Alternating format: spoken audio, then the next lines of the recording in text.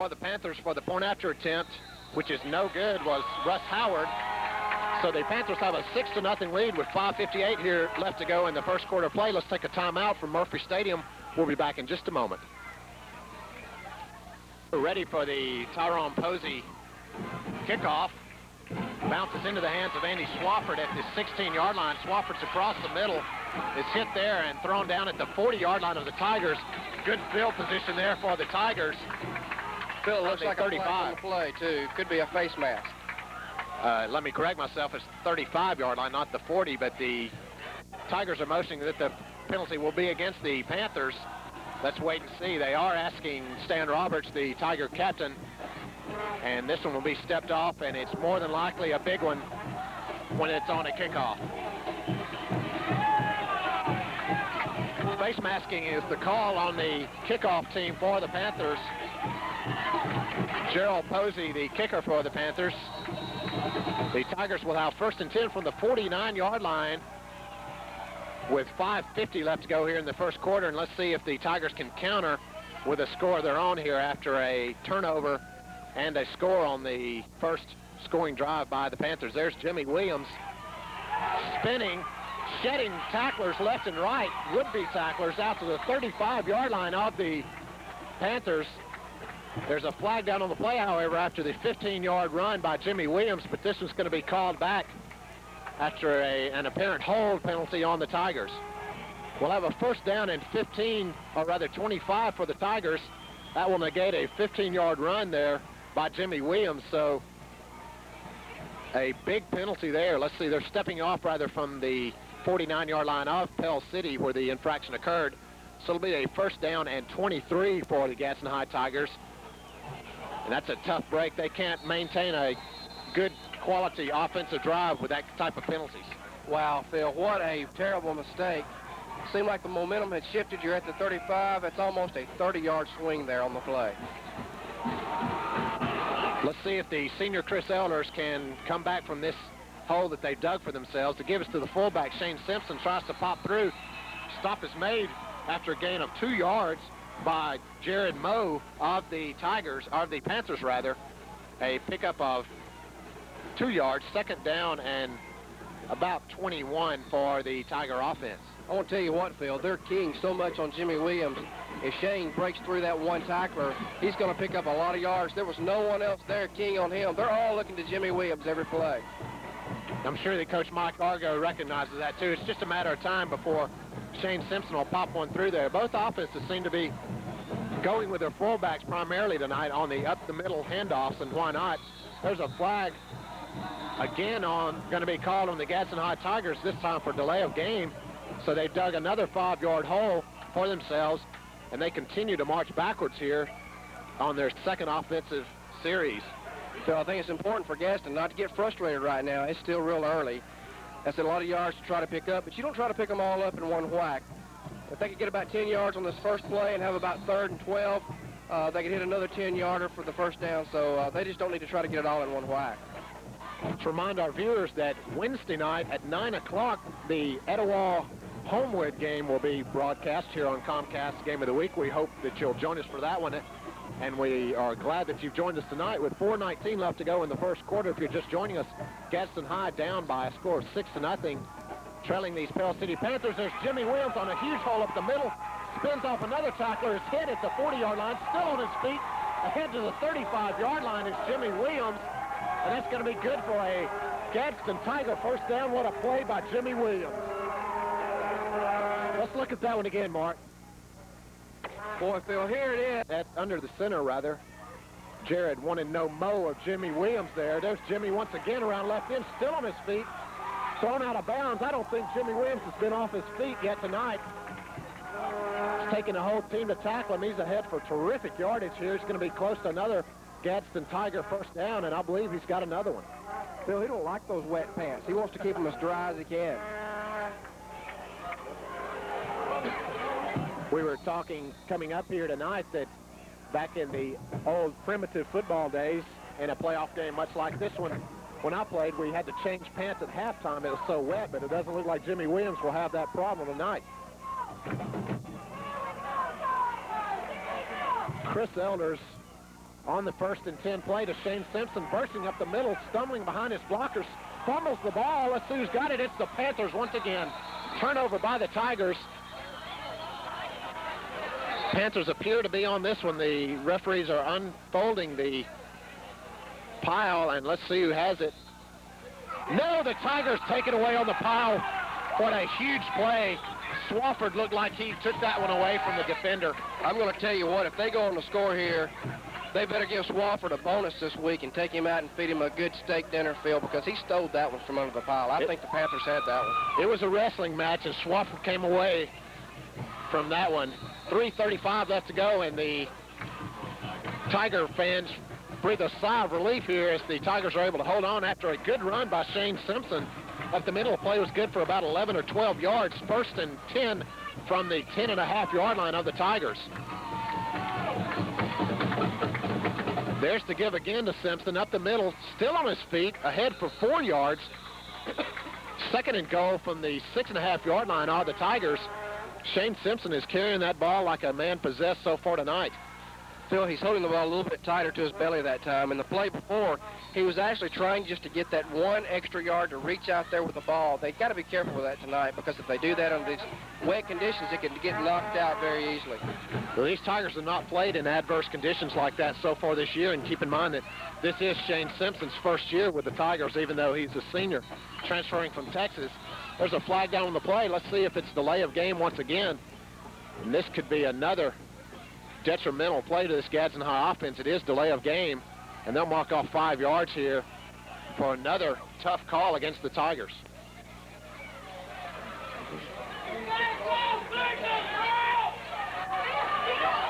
There you see the call. It is illegal procedure. My bad. You're right, Mark Morrison. Illegal procedure call, and Mark, I didn't see any movement until after the whistle there. Well, I was fixing to say I wanted that clock if that was delay of game, because that was a quick whistle. I'm glad to know that that was not the call, but I'm like you. I didn't see anybody move.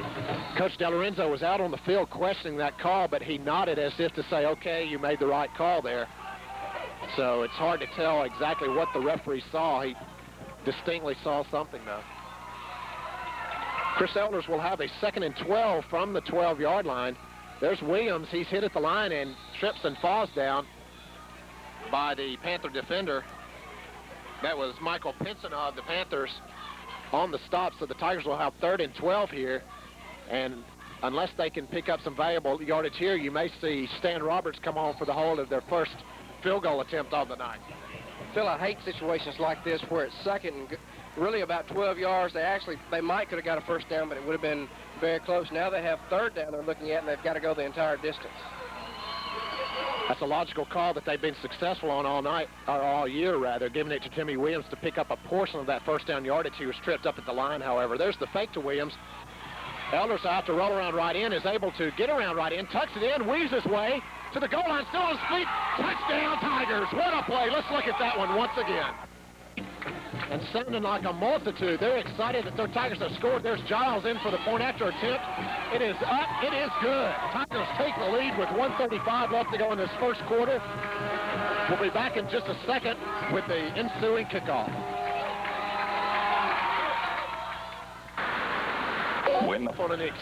After an inspired run by Chris Elders, the senior quarterback and leader of this Gadsden High team, Andy Swafford is set to kick off that rubber football, and this might give the Panthers an advantage here to take in the rubber ball. There's the kickoff is taken in at the 6-yard line, and ahead to the 27-yard line is Darren Edwards of the Panthers. That's where they'll take over 1st and 10. And the unfortunate thing for the Panthers is they'll have to give up that rubber football after the Tiger touchdown, or rather kickoff. 1:30 left to go, and as Scott Hutchinson, our producer, pointed out, as I looked at the game on the field, a very good crowd has filed in here for the Tigers. Started out sparse, but they have filed into a good crowd, especially considering the weather conditions. No wonder they were so loud. Give again is to the fullback, Todd Crow of the Panthers. He's ahead for only 2 yards. 2nd down and 8 for the Panthers. And Mark, the Tigers showed some integrity there. They're not accustomed to being behind. They haven't been behind many times this year. They were behind by 3-0 down at Fort Payne at the tail end of the year, but they're not accustomed to that, and they showed some integrity picking up their pulling up their bootstraps, driving down the field, and scoring after a long 51-yard scoring drive. There's the fake give by the quarterback. That was Gerald Posey. He tries to tuck it in on the option play, but is stopped by a host of Gadsden Tigers, which included Roderick Thomas, Will Albright, and Marcellus Mostella for the Tigers. Of course, Carlos Lawrence in on the play. Big defensive stand so far for the Tigers. That brings up a 3rd and 7 for the Panthers with 16 seconds left to go here in the first quarter of play from Murphy Stadium. With the clock running, that may be the last play we see here in the first quarter of play. Posey brings his team up to the line of scrimmage with 4 seconds left to go. And he will not get another play off. That's the end of the first quarter. We've got one under our belt here with the Tigers leading 7-6. We'll take a break on the Comcast Game of the Week. I'm Phil Collins with Mark Morrison. We'll be back in a moment. Second quarter of play here. There's the end around for the Panthers on the pass on the end around, thrown up for grabs. Tipped by the intended receiver, but unsuccessful, was Brolin Shepard of the Panthers. The pitch was to the wingback, Randall Cannon, and he attempted the long pass play down to his intended receiver. It was unsuccessful, however. 4th down coming up for the Panthers, and back to receive the first punt of the night for the Panthers is Ted Mitchell of the Tigers. Deep to punt for the Panthers is Steve Bell, and I doubt that you see any trickery here deep in their own territory. There's a short snap, tipped, and the kicker was knocked down. He did get the kick away. It lands at the 48-yard line of the Panthers, rolls to a stop at the 48 of the Tigers, and the kicker is mad. He thought it should have been roughing. I tell you, run into the kicker. Kicker did not agree.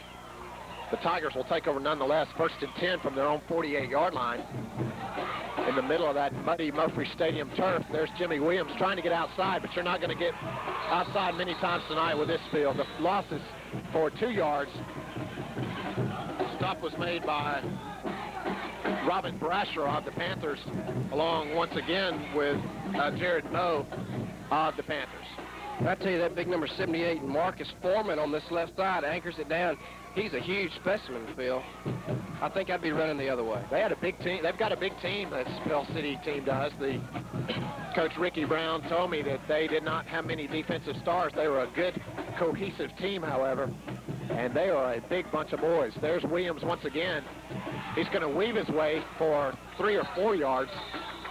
It's going to bring up a 3rd down and 8 for the Tigers after the 4-yard gain by Jimmy Williams. 3rd down and 8 for Chris Elders with 10:32 left to go here in the second quarter of play here in the Comcast Game of the Week. It has been a terrific pleasure, and I'm speaking on the behalf of Mark Morrison and myself, to bring you these games each week. What a fun time bringing you these outstanding games of the Tigers as well as other area schools, the Rebels, the Panthers, the Eagles, and the Westbrook Warriors, Coosa Christian Conquerors. There's Elders on the rollout. Williams is going to throw a block on that big defensive lineman. The pass was intended for Shane Watts. It was incomplete, thrown slightly behind Shane, falls incomplete. The defense was applied by, was that Bo? It certainly was. Bo once again on the defense. So the Tigers will come on to punt for the first time is Jeff Mosley of the Tigers from the 48-yard line of the Panthers. And let's see what the snap and punt looks like here on this wet Murphy Stadium turf. Good snap by the Tigers and a good kick by Maudsley. Taken in at the 16-yard line, knocked out of bounds at the 21 by Marcellus Mostella. It is the all-everything tailback for the Panthers, Darren Edwards. So the Panthers will take over. Let's take a quick time out here from Murphy Stadium. We'll be back in just a moment. Pell City Panthers.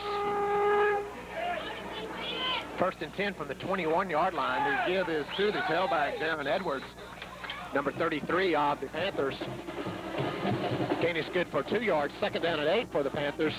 In what promises to be a defensive struggle here.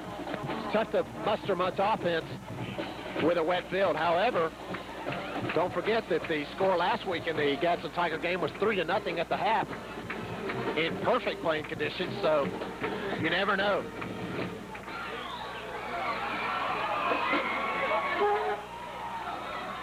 We appreciate Coach Rex Keeling joining us for the pregame interview. There's the run at option around right end by the quarterback of the Panthers, Gerald Posey. Play is good for 6 yards, so the Panthers will have a 3rd and 2 from the 29.5-yard line with 8:56 left to go with the clock running in the first half of play here. Phil, if nothing else, the Tigers have checked that momentum that the Panthers had. It was very key to pick up those big first downs in their drive and to turn this thing around. 3rd and short for the Panthers. Let's see if the linebackers of the Tigers are ready to stuff it. The quarterback's going to keep it himself. He gets good yardage. First down and more out to the 39-yard line is the quarterback, Gerald Posey of the Panthers. Stop made in the backfield by Stanley Roberts of the Tigers. Will Albright also came from his right tackle position to help out on the play. But not until the Panthers were able to earn a 1st and 10 from the 39.5-yard line. And they are marching down this rain-soaked field pretty well with 8:15 left to go in the second quarter play. There's the pitch out. Caught and falling down is the tailback, Darren Edwards. There's that wet football coming into play and wet surface coming into play once again, Bart. Phil, he really didn't want to take his hand off the ball. He really actually wanted to keep both hands on the ball. And a right-handed quarterback has really got to work hard on that pitch to this side because he actually needs to pitch it with his left hand. He was very careful with it, but you could tell he was very hesitant about pitching it out there, and it caused him to make a bad pitch. If Gadsden can pitch those defensive ends and put pressure on him quickly, I think they can cause some mistakes. It may be a while before we see that particular play again. There's the fake give to the fullback. They're going to pass off of it, and a floater up in the air. Almost intercepted. There's going to be a penalty on the play mark. I think they're going to call defensive interference here, but I don't know. Looked like they were both going for it. It could be that the offensive man actually held the defensive man from going after the ball. I can't see them calling that on the defense. I hope that it was on the offense. Let's see. There is a certain amount of consultation going on here. The referee's going to pick up his flag, and let's see if he negates the penalty or if he is just picking it up before it gets too wet. There is a pass interference call on the Tigers, and I don't know about that one.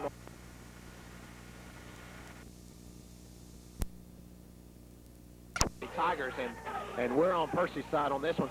If anything, I feel like that Percy saw the ball, and the offensive player did not see the ball and allowed Percy to make a break on it, and he was drugged down or tripped up by the intended receiver. But nonetheless, the Tigers are going to have to back up to 1st and 10 from the 49.5-yard line. They're on 49.5, and the Panthers appear to have gotten a break on that one. 1st and 10 for the Panthers. There's a flag on the play, however.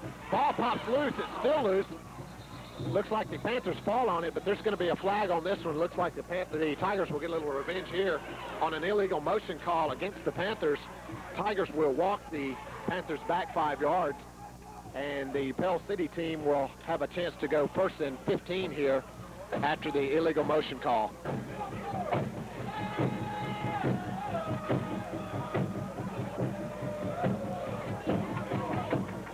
And the Tiger band has pulled out the tom-tom drums to rally this Gadsden High defense, enjoying a marginal 7-6 lead here.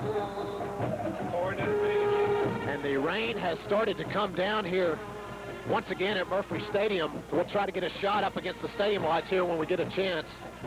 6:57 left to go here in the first half. Panthers have 1st and 15. There's the pitch around the right end this time by Posey. The pitch was to Darren Edwards. He took it in nicely, gained 3 yards on the play, but they're still going to have a 2nd and 12 from the Panther 48-yard line. The mark there's what you talked about earlier. This time they ran the option to the opposite side so that quarterback can make the pitch on the right-handed side. And the Tigers pitched the defensive end like we talked about also to put pressure on him, but he made a good pitch that time and got the ball to his tailback. 2nd down and 12 here as the rain is coming down heavily. There's the end around. by the Panthers, and he's got a wall set up. Stan Roberts all the way from across the field comes up and helps out. Was that Andy Swafford across the field on the play? No, it was Percy Davis of the Tigers. Stan Roberts sprinting all the way across the field to help out, but not until the Panthers were able to get a 1st and 10 on the play on the run by Tyrone Cohill coming from his end-around position. Phil, we talked about this when the Tigers played the Rebels, that a quick defense, sometimes you can run a lot of misdirection and catch them a little bit off guard because they are so quick and react to the ball that they came this way. The whole defense came this way. That compounds things when the field is wet. It hurts the defense as much as the offense on being able to change direction, like you pointed out in our pregame. Those offensive guys know which way they're going. There's the option again, and it's read perfectly this time by the Gadsden High defensive line. Roderick Thomas, looks like Carlos Lawrence, Jeff Maudsley in on that one. Will Albright, of course, most of the Gadsden defenders with 5:46 left to go and the rain's pouring down. The Panthers have a 2nd and 7 here on creative play calling by the Panther coaching staff. You have to commend their play calling because they have done a good job of going away from Gadsden High's strengths so far, and that is dead ahead, smash mouth football that this Gadsden High Tiger defense plays.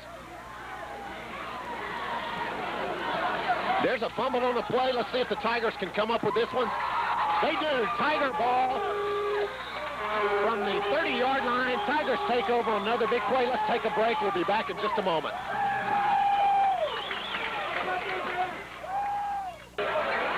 We're back after the fumble recovery by Carlos Lawrence of the Tigers. Jimmy Williams is nailed at the line, though.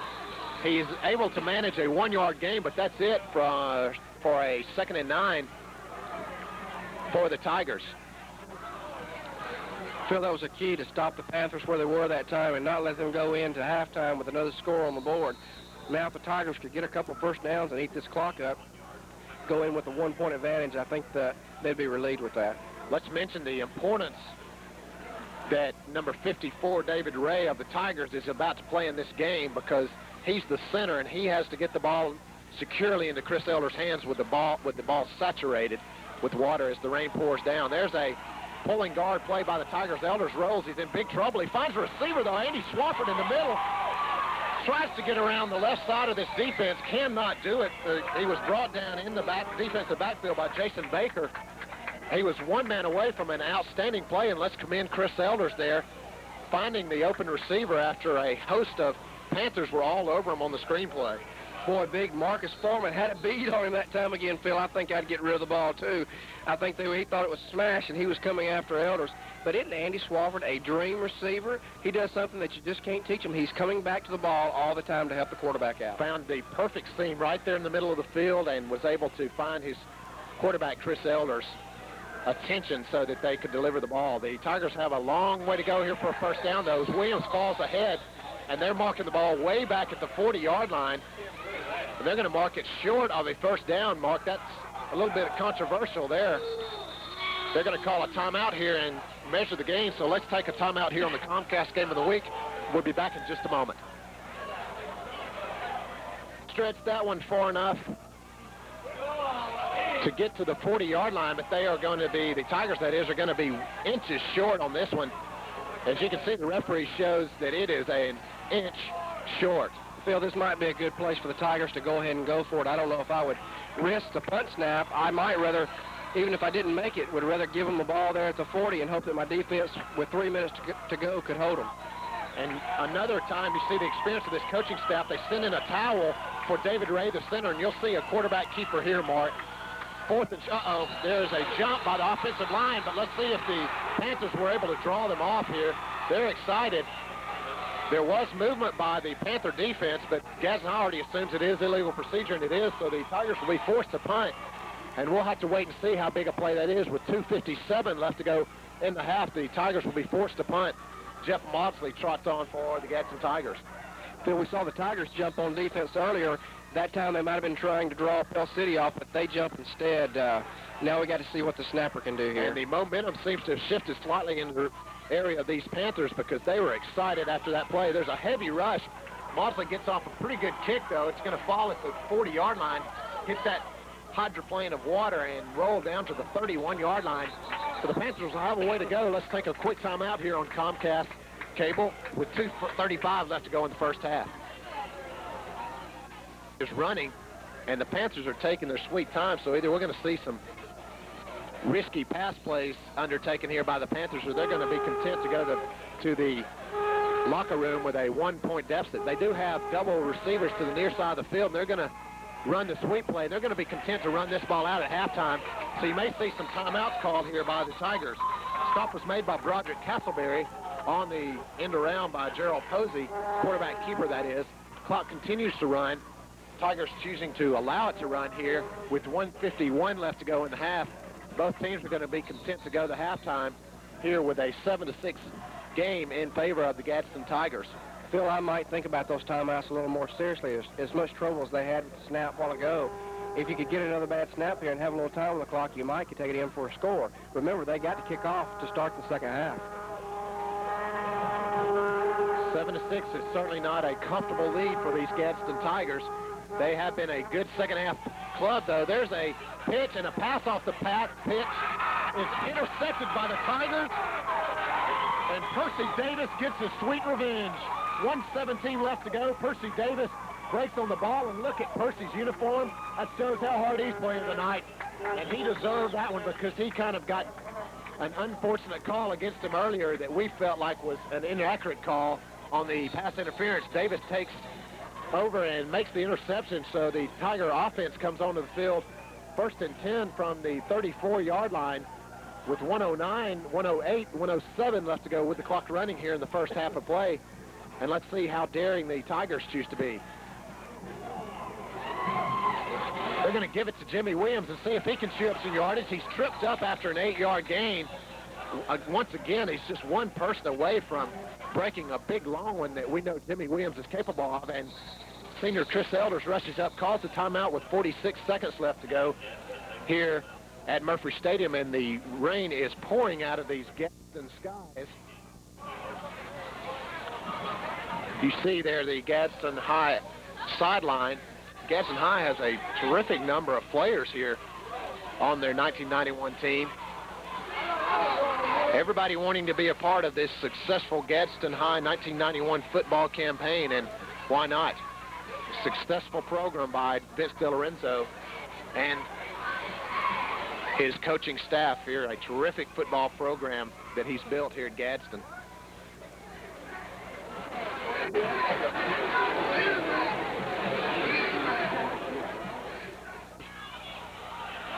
Attempted give by Chris Elders, fumbled and picked up by Elders. He gets out to a 3-yard gain out to the 49-yard line, and the Tigers narrowly avoid a catastrophe there. Again, a timeout called by Shane Watts of the Tigers. And so we'll take a timeout here with 32 seconds left. We'll be back in just a second. And Tigers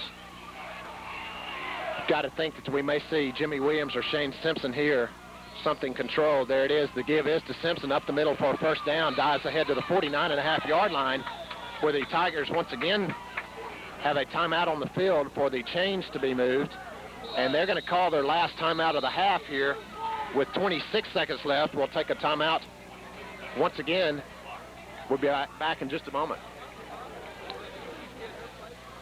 The Gadsden Tigers, with 26 seconds left to go here, they have used all of their timeouts for this half. Elders is going to fake to Jimmy Williams once again. Run around right in, pass across the middle to Swafford, is slightly behind him. Incomplete. Thrown just behind Andy Swafford with 19 seconds left to go. The Tigers will have 3 more chances to score here from the 49-yard line. And Phil, if Andy could have kept his feet that time, he was actually trying to come back to the ball. I believe he would have made the catch, but just unable to keep his feet, so they'll try it once again. If they could get the ball down around that 25-yard line, they'll give their field goal kicker a shot at it before half. That's a good point, Mark. I'd like to let everybody know that at halftime we're going to interview the Homewood High School coach. Coach Gann is joining us here in the booth tonight, so we'll get some insight to his views on these two teams tonight. And if they win tomorrow night, then Homewood will be the team, if they can beat Etowah, to take on the winner of tonight's game. There's Jimmy Williams at right tackle ahead for 2 yards. 3rd down and 7 for the Tigers. with 4 seconds left to go. The Tigers are going to take it to the locker room, as will the Pell City Panthers. With a 7-6 lead, the Tigers run off the field in what has been a rain-drenched first half of play here. You see the Tigers leaving the field here at Murphy Stadium. As you can see, the Tiger, the one